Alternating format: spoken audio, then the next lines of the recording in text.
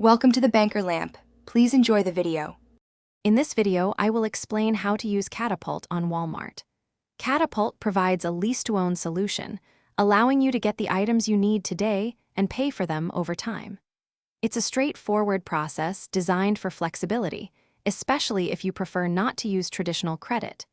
You can shop for a wide range of products, making it a convenient option for many purchases. To apply for Katapult, you'll need a few key pieces of information. This includes a valid mobile phone number, a U.S. address, and either a Social Security or taxpayer ID number. You'll also need a valid email and a debit or credit card for your payments. The application is designed to be fast, often giving you an approval decision in just a few seconds, without a traditional credit check. Once approved, you can shop for eligible items directly within the Katapult app, selecting Walmart as your retailer. Your cart total needs to be between $150 and $3,500. At checkout, you'll use a unique Katapult Pay virtual card. Remember, certain items like hygiene products or gift cards are not leasable. You'll then make recurring lease payments on a schedule that works for you.